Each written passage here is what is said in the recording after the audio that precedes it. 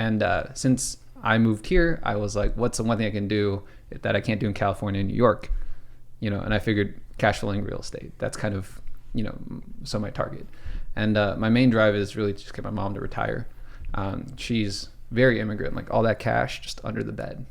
So what does she say when you like bring up real estate? She's like, no, is she open-minded to it, or she's open-minded to it, and she's like, all right, you are like the oldest firstborn and you've done the English stuff for us in the past, just like run wild, meet the people. So like and find operators to work with, because like the thing is for us, like I'm not trying to become like thousands of units. I don't need to be Trump with like my name on a building.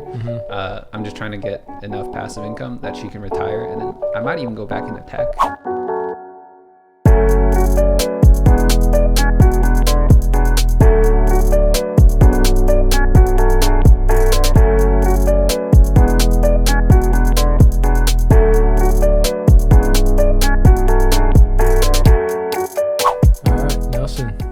Welcome, man. Oh, thank you. Appreciate it. Thanks for inviting me, Matt. Pretty easy going, man. This is the Real Estate Podcast, and we're excited to have you here.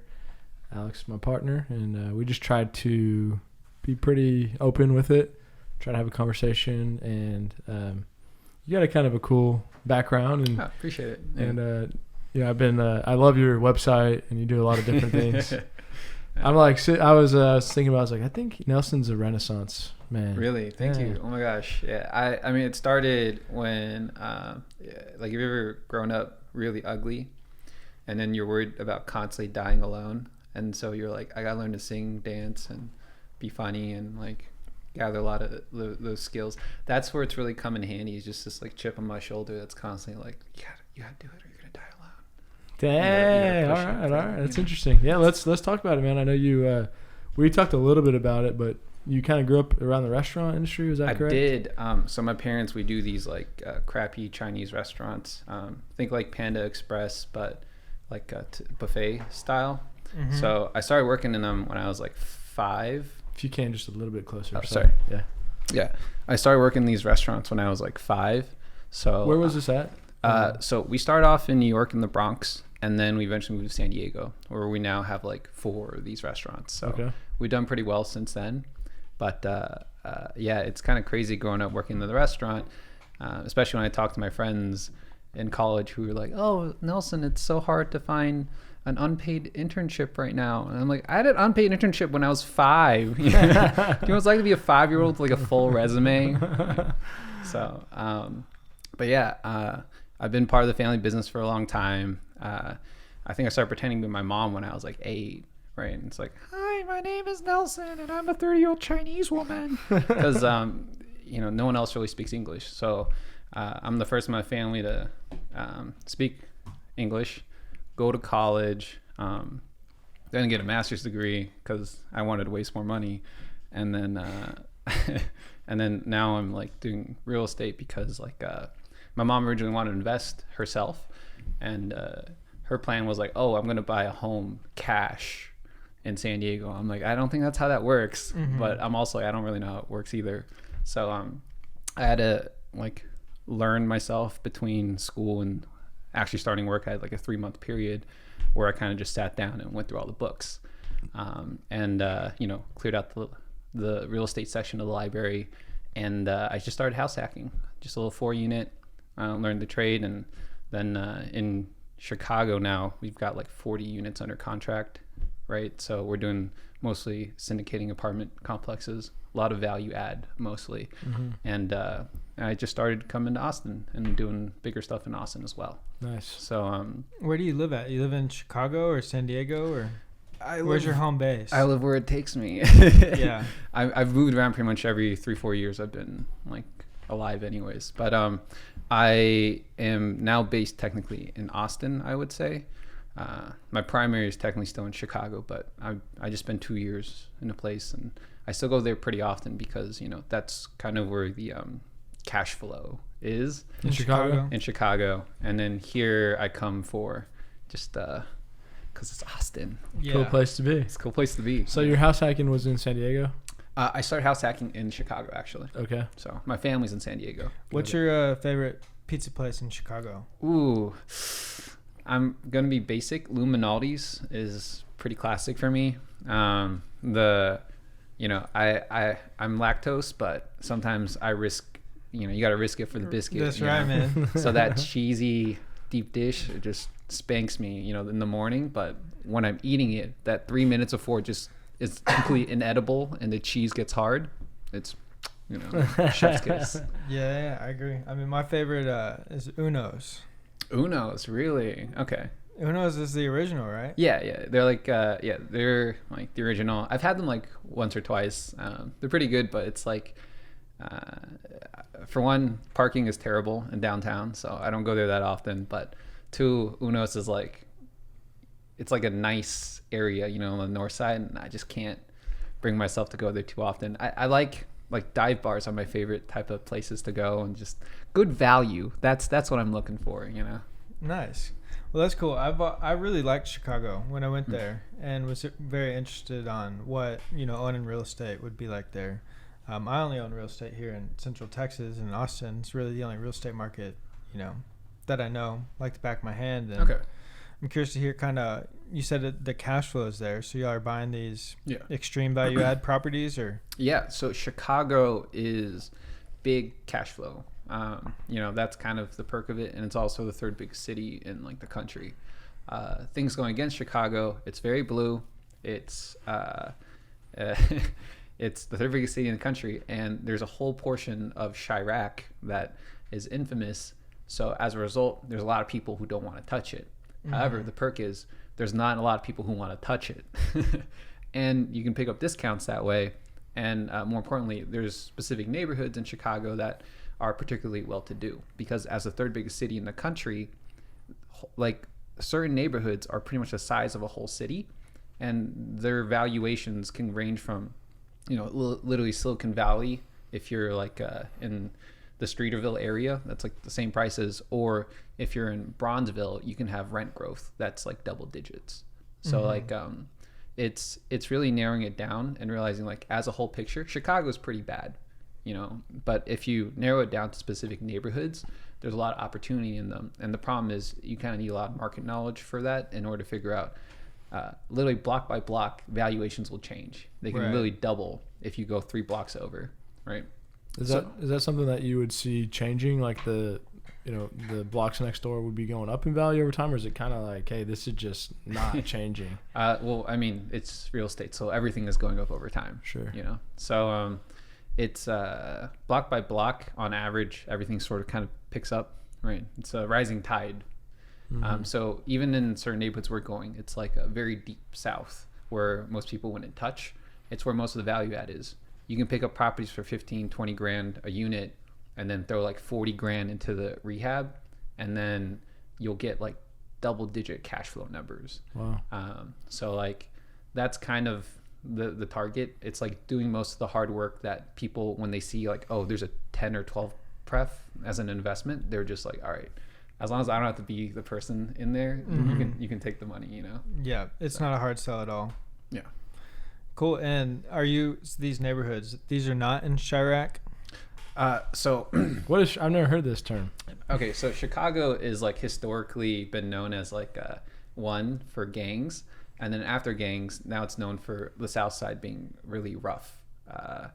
Because like originally it was like all the like smugglers back in like Prohibition or something, where it was really big and notorious. Like what was the name? Like, was Al Pacino New York, or was he Chicago? I can't remember.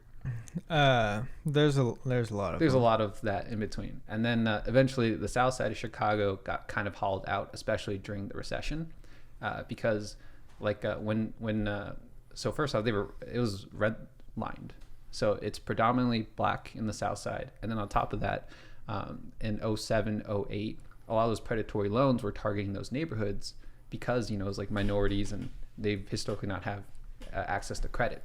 So when the recession happened, it just decimated a lot of the south side values, right? These people couldn't pay back 20, 30% interest rates. So a lot of foreclosures, and then the middle class kind of got hollowed out in the south side.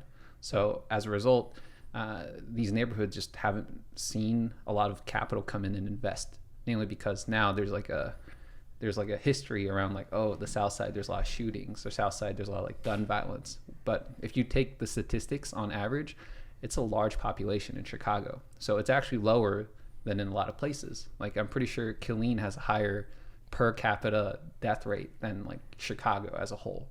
So that's why, you know, we think like going in the South Side, improving, you know, a lot of these like buildings that haven't been touched in a long time, and investing in these neighborhoods not only is like, I guess, a benefit to the area, but also you get to, you know, make money from it. So. Right.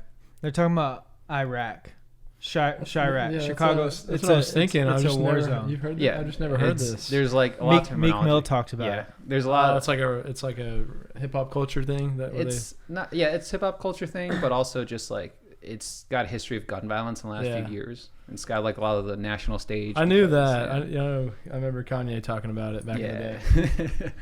But yeah. So there are parts that are real rough, but there are pockets that are really, really improving because, like you said, prices are going up in certain areas and people can't afford it. They start pushing out. North side has pretty much been entirely priced out for the average person, and it's going very, very far north. If you look at an income map, you can tell like, oh, it's just blown all the way up to Evanston, which is like 30 minutes away. And then the west side is also seeing a lot of growth in the last like decade or so, but that's also starting to get outpriced. So now you see a little bit of the south side starting to come down, not as quickly as either direction, but it's starting to like come and like spread further down in order to, I guess, like once you get priced out, you see like, oh, the rent here is literally half price compared to downtown. And instead of going, you know, north where I have to drive from 30 minutes away, I'm a 5 minute, I'm a 5 minute train ride, even though it's like historically been a bad neighborhood. Well, that's like, to push back a little bit on what you said, you were like, it's real estate, it goes up. What I was thinking, because we're not around that here in Austin, but if a neighborhood starts getting rough, then it would go down, right? Like if like gangs started coming into certain areas, it could go the opposite way pretty quickly. And that's why I was wondering if like if that's changing, you know, if like as an investor you would want to buy on that block over, or it's like, no, like we stay out of that. That's not changing anytime soon. Yeah, there's even some neighborhoods that like we won't touch because it's just too rough. So we're looking for pockets, ideally around train stations, mainly because if you have a job and you need to get downtown, most of the people who do rent like near the train station are trying to get access to jobs, right? Places like Pullman are pretty deep south, but they've had a lot of development in terms of a new Amazon facility down there, and a lot of like public works projects that are trying to create jobs. Likewise in South Shore, there's this new Tiger Woods Golf Center and Obama Library that they're trying to put in the area. That's cool. So the closer you are to those pockets of the employment centers, the more likely you are to like have the clientele for renters that are better than just like gangs and, you know, and oftentimes it's more associated with poverty. So we're trying to find places where there's at least economic growth and try to like be close to that, or at least accessible to that. That makes sense. So what was it that got you, how long have you been thinking about real estate, and what was it that got you focused on it? At what point? Because you were in the restaurant business. Yeah. I'm sure that you learned hard work and kind of what it took to run a business from seeing your parents and what they put into it. Were you kind of like, all right, there's got to be a more efficient way to build? Is that what it was, or what was that trigger? My background is in data and tech. So a lot of the friends that I've made, it's not even necessarily that, but there is an arbitrage opportunity for the people who were techies in the Bay where I used to work, and I used to go to school in New York where everyone went into finance. Most of them would never. I told you, Renaissance man. Most of them would never move into the middle of the country, and since I moved here, I was like, what's the one thing I can do that I can't do in California and New York? You know, and I figured cash flowing real estate. That's kind of, you know, so my target. And my main drive is really just get my mom to retire. She's very immigrant, like all that cash just under the bed. Yeah. So What does she say when you like bring up real estate? She's like, no, is she open minded to it, or she's open minded to it, and she's like, all right, you are like the oldest firstborn, and you've done the English stuff for us in the past. Just like run wild, meet the people. So like and find operators to work with, because like the thing is for us, like I'm not trying to become like thousands of units. I don't need to be Trump with like my name on a building. I'm just trying to get enough passive income that she can retire, and then I might even go back into tech, because like I'm a builder at heart. I like making things, and so like whether it's buildings, like I have a hard time just like walking away and not doing the rehab myself.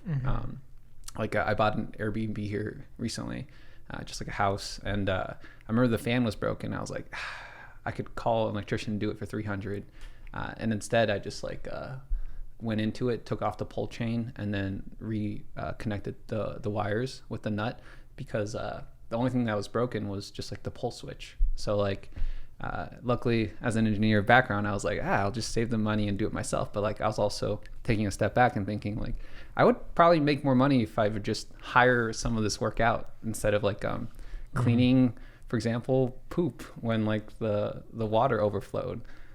That's something I've literally been doing at the restaurant since I was like 11, 12. So I'm used to, just being the manual labor, and it's hard to step back and like try to hire other people to do that. Interesting. And so what was like the spark for real estate? Like, was it? Everyone reads Rich Dad Poor Dad when you're like 18. Like that's been in my mind forever. It's so real. It's kind of random, but my buddy texted me today, and he's like, "Dude, you've been pushing me to read this book for years, and I find like this morning I woke up to it. He's like, I finally realized why. He's like, this book changed my life. Thank you." I was like, damn. Oh, wow. Yeah, you're surprised that people don't know about it. And I was lucky, man. I was really lucky personally, because I remember reading that book and like just agreeing and be like, yep, that's how I feel. Makes sense. It wasn't like eye-opening to me. Which is, I'm sure I learned some, but it was so long ago. But I was blessed that I just already thought that way. And I don't always realize like most people don't think this way, and that's why like this book is extremely important, because it does change people's lives. Everyone talks about it. It definitely changed my perspective too. But I think I had something similar to you, because I was lazy. I was tired of doing work sometimes, and I was just like, man, if I could just hire someone else to do this, like, like that's that. I think that's really like the back of my mind. Just like, how do I, Interesting. So back to the Renaissance. You also do stand-up comedy. I do. I've been doing it for a few years, and it was part of the reason I was like coming in Austin. Joe Rogan's been mentioning for a long time, like, yo, we're gonna put a comedy club here, and my friends in New York, the club shut down. So like that's their bread and butter. You're not gonna stay in a city where you're gonna pay rent and then not do stand-up. So the amount of people from New York who've like come to Austin to start doing stand-up is just like very high, and I think it's like an underground market people don't know about right now, that the mic scene and like the shows are just about to like explode once like people are like restrictions lifted. Did you hear that he just bought a place? Yep, it's right next to where I live, actually. Really? So around very excited Road? for it. Heck yeah, man. I have like so much respect for that industry, because it just seems like you gotta have courage to get up there, or a chip on your shoulder. or is that what it is? I feel like part of it is if you're not if you don't have as much of a sense of self-pride, it's a lot easier to do stuff like this, right? Like real estate or stand-up, it's just like you're just gonna embarrass yourself, but like, I didn't die, like that's just part of it. Where did that come from? Did you like enjoy doing that, or like what kind of pushed you that way? I started off bombing for like 3 years, like pretty much straight up, just get up there and just getting up bombing. I would get. That's like, what I'm talking about. The respect I have. Like, just like screw it, man. Like I'm just gonna get up there and do I'm my bombing thing. the night. I'm also like real stubborn, so it's like one of those things where I will get this right eventually. That's cool, man. Do you think you have it dialed in now? It's like a muscle. If you don't work it out as much, then you're gonna have a harder time keeping up. And I have not kept up through the pandemic is the issue. So I would love to send my tape to people. It's like my tight 5, you know, from the Oakland Comedy Club, but like I haven't been able to keep up as much as I've wanted to through the pandemic since I've been focusing so hard on this like real estate stuff. I started this network, Subtle Asian Real Estate, last almost like a year now, and so we just hit 6,700 people. So it's kind of cool. Subtle Asian Real Estate, I've met a lot of people through there, and that's the only reason why I'm actually able to start scaling up now and doing these like larger projects. That the 40 units under contract, those people I actually met in person before the pandemic, but I would have never been able to break into Austin if it weren't for, you know, this group that I'm able to, you know, your network is your net worth, right? And all that. These people all over, or are they primarily in California, New York? They're primarily West and East Coast, according to Facebook statistics. Yeah. So a lot of them are just like my same friend group, just people who are first generation, have no idea what they're doing in real estate, but they worked hard to get to college and they did some STEM subject, and now they have a lot of money and they want to invest because, you know, there's And you studied engineering? I studied engineering. Yeah. Anything specific? I did mechanical, and then for grad school I did robotics. I did a 6-month stint at Apple. I would occasionally go to like the factories, and I was like, oh, this is where it's at, because like something people know is like 90% of the jobs in those factories are just like rooms filled with Chinese workers just like looking at a piece of glass and making sure nothing's wrong with it. That's like the really quality. Yeah, quality check. Like 10% of the actual roles are somebody like moving the parts and like you know, getting stuff done. But 90, like a significant percentage is just people looking for defects. And so I figured I'm going to back to school, do machine learning, and then I'm going to like rock this, you know, industry, you know. And then I ended up doing real estate and selling out instead. So Gotcha. With the Austin comedy scene, do you know much about, you know, that culture here in Austin? I've only heard about the culture before the pandemic. So what was it before the pandemic? There's like over 100 people. A lot of comedians used to be able to do like 2-3 shows a night. So I was like, oh, that's surprising, you know, like that's extremely small, right? It's not extremely small. It's much bigger than Seattle, for example. I was in Seattle, and I remember you guys have been everywhere. I interned at Microsoft for 3 months. That's why I was in Seattle. And then so they ended up having only like 2 comedy clubs, but there was a lot of like smaller bar shows. And I really liked that. Like the crowd was super inviting, as in they would kind of laugh at a lot of stuff that in New York people would be like, huh. Right. You know? So I kind of actually missed New Yorkers who were jerks, because like you would tell a joke and then there'd be like 10 other comedians just waiting for their turn to go up, and they're not listening at all. But if you hear like you're like, this is gonna crush in front of a real crowd, and you're like in front so of Seattle. Yeah, you're so excited to take this to another city where people actually, you know. Interesting. So about 100 people. Well, and the reason I asked is you're saying the underground, you know, market, with Joe Rogan and with these people coming from, you know, New York, and I imagine a lot from California too, in the comedy scene. I imagine it's just about to blow up here in Austin. Yeah. So I see like I'm sort of in the pulse, but not as much as I used to be. But like there's a lot of comedians moving into town. So the amount of shows, if you have if you're booking venues for like comedy, you're gonna see a lot of people start asking you like, hey, I got 10 people who used to do Gotham comedy in New York, and they now want to perform in Austin where they can make like a living. Like, can you host? And, you know, then all of a sudden you have like Jeremy Piven and a bunch of other people coming to town who can like do stadiums too. So like if you have a theater you want to rent out, I think you could like really find comedians who are able to fill out those spaces. So that's cool, man. Dave Chappelle, I think Dave and Joe have been, it's probably over now, but I think they're running shows for months straight. They had like 10 shows back to back. Tickets were $400. I checked, and sold out immediately. Just cleared. But Dave is going to visit here more often, which is going to be cool. He's not going to be here like forever. His home's still in Ohio. But he mentioned like, yeah, I'm like 3-4 months a year probably going to come to Austin because it's Austin. It's very cool. It's got this like edge to it that you won't find in Yellow Mountain, Ohio, wherever he's from. Did Dave start up the Chappelle show again? I think I saw that Really? somewhere. I didn't hear that. Is that not true? No. So what happened was they started up Chappelle Show again because the Comedy Central finally gave back the rights to his name, right? When he signed, you know, he was like expecting 2 kids, and he like was in his 20s, and he's like, I don't know what to do, you know, and he like signed away his life pretty much to Comedy Central, who then fleeced him for everything. Everyone says like, yeah, Dave is crazy. He walked away from $50 million, right, from like season 3 of like the Chappelle Show.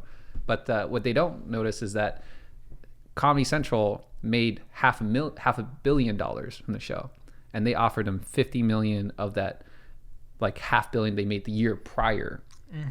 So, you know, in Dave's head, he's like, I am getting not only short in the stick, but now I'm telling jokes I don't like anymore. And it feels like I'm not giving a message. I'm just making fun of, you know, racial stereotypes. And then like he walked away, you know. So. And he's like, yeah, I can just go make that anytime I want. I just go back anytime I want. Yeah, and then like make that full billion or whatever. Yeah. Yeah. So he walked away from $50 million, and then 10 years later he comes back. Netflix gives him 60 for his specials. You know, so it's kind of crazy, you know, the way that works. But yeah, man, we're excited. I've only been to a few shows, and I guess I never knew how big it was here, or that there was a big scene. But every time I go, I'm like, this is amazing. Like, I really respect the craft. Yeah. It's like it's a fun craft. I went at the they had his buddy has a sober living facility, and they had this event, no drinking or anything, and they went up there and did it. Okay. And it was great. Like, I thought it was really cool. They were making fun of everyone in the crowd, and yeah, comedy shows with no drinking sounds like a great time.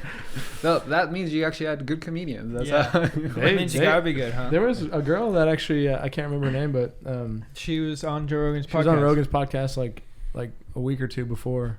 Oh, okay. And then she came out and performed. Oh, nice. Yeah. So, what do you think, like, moving forward? I guess your mind goes all over the place, which is great, right? You got all these ideas. Is the focus on getting cash flow from real estate to help your mom, and then find a new avenue, something new and exciting to get into? A little bit of both. So I am really focused on syndicating projects right now. And in order to do that, though, I've been meeting operators who can not only, you know, manage assets or like do rehab.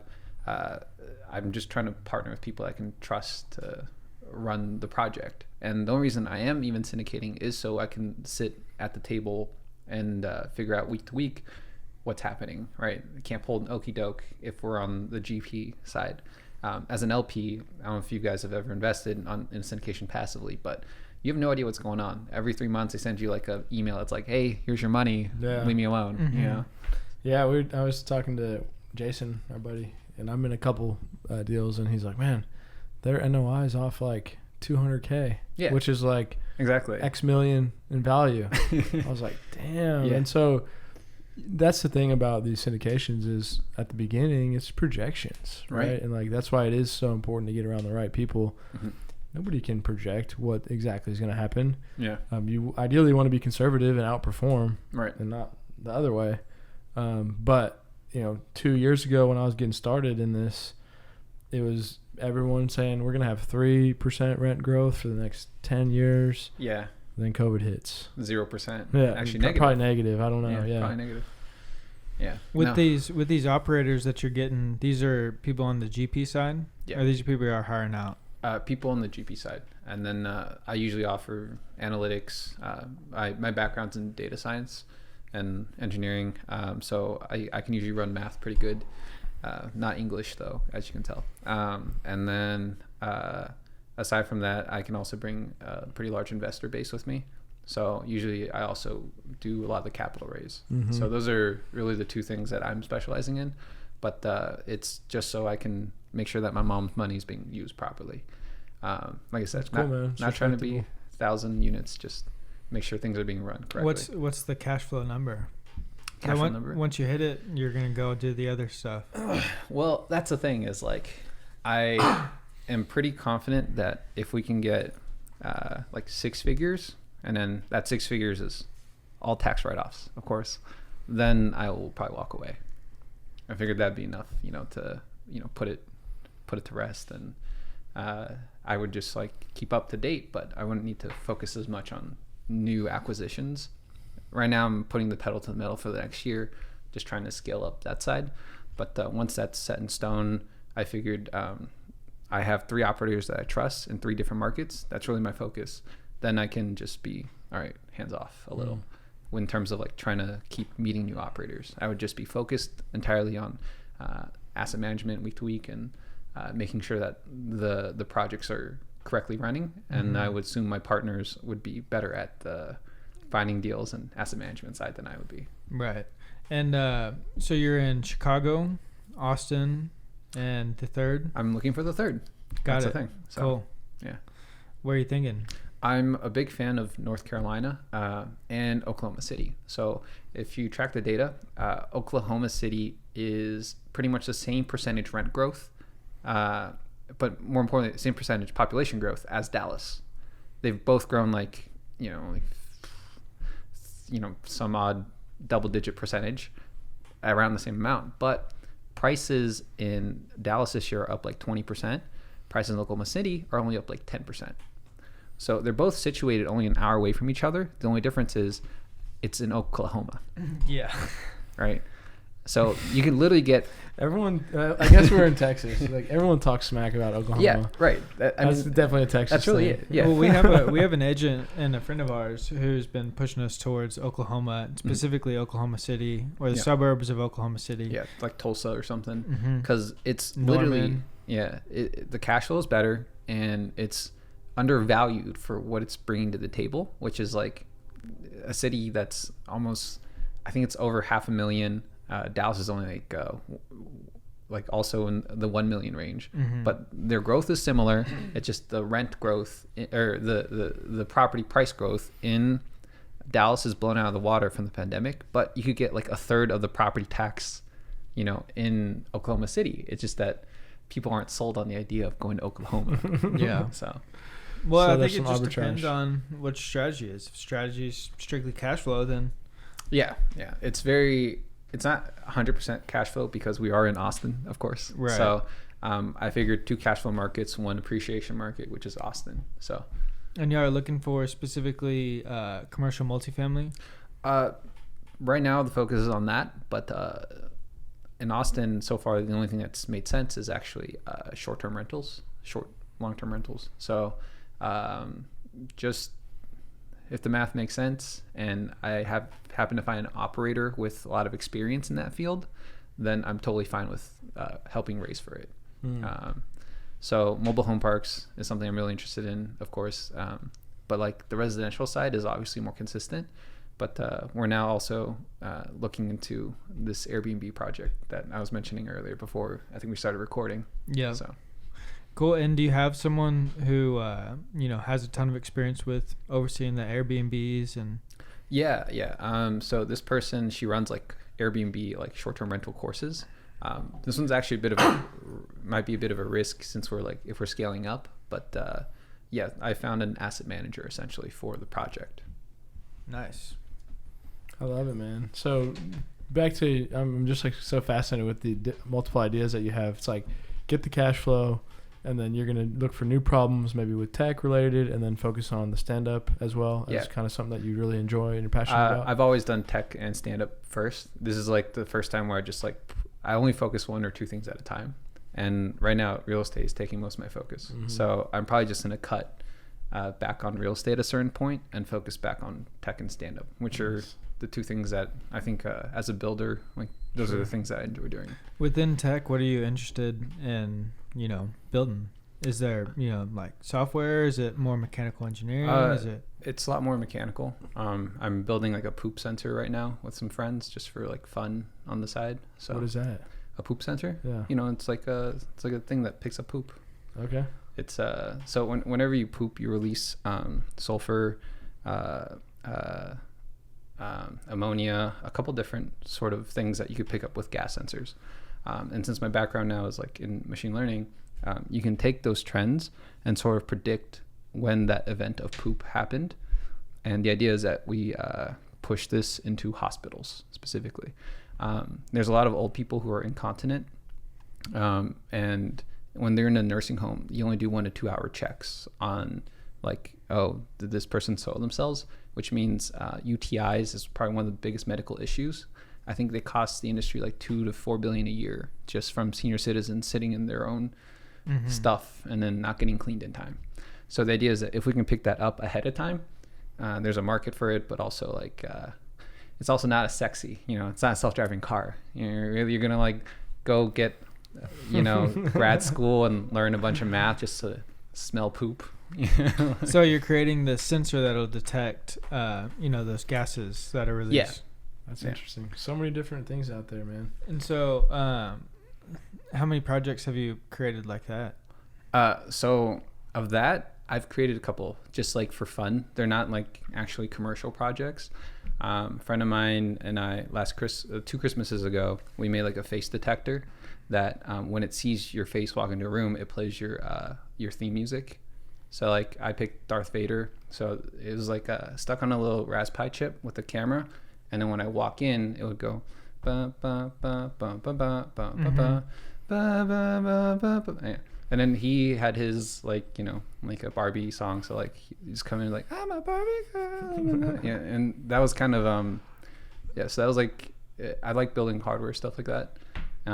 It's just like as fun as flips are, it's just not the same as creating something from scratch. Yeah. And an abstract idea like that. I mean, I'm sure you can get very abstract ideas with real estate and creating new and innovative things. However, I'm curious where the sensor idea came from. Who had that idea and where did it come from? Family friend.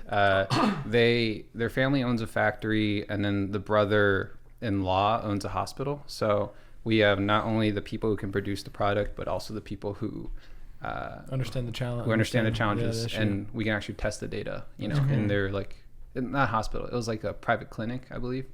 Just and it's structured because it's a private clinic that you're allowed to like do testing and like as long as you get permission. Just seeing. I mean, when you have the ability to create things, you just look for needs and challenges and how to solve them. Pretty much. I was talking to a guy outside. It's kind of random today when I was waiting on this restaurant to open. And they created a thing in Waco to measure the arc that a basketball comes into the goal. And like 40, he was like telling me all these things, like 45-degree angle is the angle that it should come through the hoop. And when you can be over there shooting and it's like 60, 50, and it like literally just tells you. And they work directly with Baylor, who just won the national championship. Oh, wow. Yeah. And he's like, this was huge for us. And I guess the width from one side of the rim to the other is 18 inches, but you want to be 11 inches back making it. And it was just interesting. Like it was called Noah's, like I guess for Noah's Ark. Yeah. And he was all jacked up about it. I was like, man, that's the new innovative thing. It's interesting. It's kind of cool. I mean, if you try to calculate the projectile like arc, it is just like a parabola a lot of the times. So I imagine, is it like they're trying to get it higher so it goes in straight in? Is that it, or is it 45 degrees? It's 45 degrees for maximum. You already know that's that. the key. Kinematics. That's what he said. 45. Yeah. 45 degrees is optimal for length. Yeah. Huh. So. Well, that's no, it's interesting. I just think the real estate. You're right. That like real estate's kind of like like you said. I'm sure there are some innovative, but for the most part, it's pretty standard and slow and steady, and it works. For example, like Ari Rostigar, he's talking about these new developments that are the future of real estate after post-pandemic of the layout and and what you're touching and germs and whatnot. I don't know the specifics of it, but I mean like that's a abstract idea that is not currently in place, and you can kind of think outside the box there. But for the most part, it is apartment complexes, houses, prices and rents and maintenance and right. But that's what's so good about it is it works. I mean, there's a predictable system to it. Yeah. Just takes time. The stability of it. Yeah. Did your parents own the restaurant, like the real estate, or were they leasing it? No, we're leasing all of them. So the real estate is like my mom does have like a condo she invested in, just all cash. That's straight cash. straight cash. Like that's how she does. You know, it's just a very. My dad. That's how my dad is, man. Yeah. Are these restaurants that bad, or is this just like a inside It's like- joke for the family? A little bit of both. I grew up in them, so I kind of hate eating them. But now I'm also like nostalgic, so I will look up on Yelp like which Chinese restaurant has the lowest stars, just to make myself feel at home. And, So is that bad? it's pretty bad. It's like, yo, give me the orange chicken. I want my stomach to hurt. Like, Gotcha. that type of like the food is very greasy and it's just filled with MSG. So I guess it tastes good when you're hungry. Like there's a lot of clientele who just come in and they're like blazed and they're just like, all right, I just want to pack myself until it hurts for $11 per person, right? Right. So I think that's like the demographic we target. Y'all have soup dumplings there?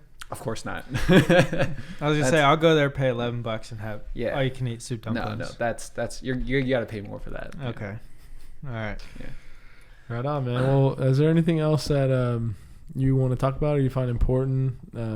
I think that's kind of it. Okay. I'm also looking to meet more people in Austin. So Nice. anyone else out there, I got a group, Subtle Asian Real Estate. Feel free to find it on Facebook. But What's the group name? Subtle Asian Real Estate? yeah, Subtle Asian Real Estate. Got it. So yeah, it's like group with a kind of a message, close the wealth gap and get people to learn who've never really had that who've never had people tell them what to do before, essentially in this space. So that's really the only pitch I have. That's cool. Any way we can help, man, we'd love to help out with that. And we're passionate about getting that message out as well. We think that real estate's for everybody, Right. and people just don't realize that. But time and time again, we see people that prove that to be true. And I really want people to change their life with real estate if they have that passion. Yeah, no, that definitely makes sense. Yeah. Absolutely. So what are ways that our listeners can reach out to you or get a hold of you? All of my Instagram stuff is Nelson Lin Sanity, Nelson Lin Sanity, and then if you just Google my name, Nelson Lin, I'm the first thing that pops up on Google. It's kind of cocky. That's actually my business card. I don't have any other contact information. It's just like my full name. I tell them to find me, Nelson Lin. I remember you telling me that. Yeah, it's cool. Yeah. So that, Hey, you got to rock it if you're the only one. If you're the first that comes up. Yeah. And then but in a way, I'm tricking people into helping the SEO to keep it up there. Keep it up there. That was part of the plan. That's smart, man. I appreciate it. Yeah. You don't need a business card anyways. Just go to Google. Yeah, just go to Google. My name is Nelson, and then yeah. So. Right on, man. We appreciate your time, and we're here to help you any way we can. Absolutely. And we're excited. I want to come see one of your shows sometime. Yeah. I have to get back into it first. It's Dude, a muscle. You lose like, it. Yeah, but just like the fact that it's like there's just something so respectable about, even if you bomb, I just respect just getting up there. Appreciate it. Yeah. I mean, I just respect people that go through the process. I'll take that to mind. Bomb format. That's what he's into. He doesn't like good jokes. He just likes. Does it ever get? I'm sure it does. Just like anything, right? You get that negative effect, and you just push through it. Cold calling. People say no. You just keep pushing through. It's literally the same as cold calling, but you don't get paid. You get beer tickets and stuff for a long time. And you're cold calling an entire crowd at once. Exactly. It's not just one person. Yeah, it's an entire crowd telling you no all at one time. Yeah. Yeah, and it's you're not just saying no to a stranger calling you. You are seeing who I am. You're seeing my personality, that I am presenting to you, and you're telling me, no, I don't like you. It's so interesting that different environments find different things funny, and you said, New York's different than Seattle, and then maybe Austin. You could be really good, and then you're like, oh, these people here don't find something funny. It's just kind of interesting to me. I mean, yeah. If it's too niche, it's harder to like deliver, but the people in New York are very global, because those comedy clubs every night, it's not just New Yorkers. You're like, you have like half of it tourists from, you know, Egypt or something, and they've seen Jerry Seinfeld on TV, so they know what comedy kind of looks like. So they'll still come, and, you know, if you can be across a wide spectrum, it makes it a lot easier. Like when I went to school there, I was in an international dorm, and I feel like that was kind of like a good way to train on people who don't have the same American customs and try to make fun of the same things that we all encounter. Yeah, you got some good clips. I watched a bunch of your videos on your Really? website. Yeah. I thought I had one clip. Oh, you're talking about the sketches that I did. Yeah. Okay. Yeah, they weren't like stand up. They were just Gotcha. you and your Yeah, friends. sketches. Yeah. We just made sketches. Yeah. Right on, man. Well, thank you for coming on. Thank you. Thank you. Appreciate it. Later, guys.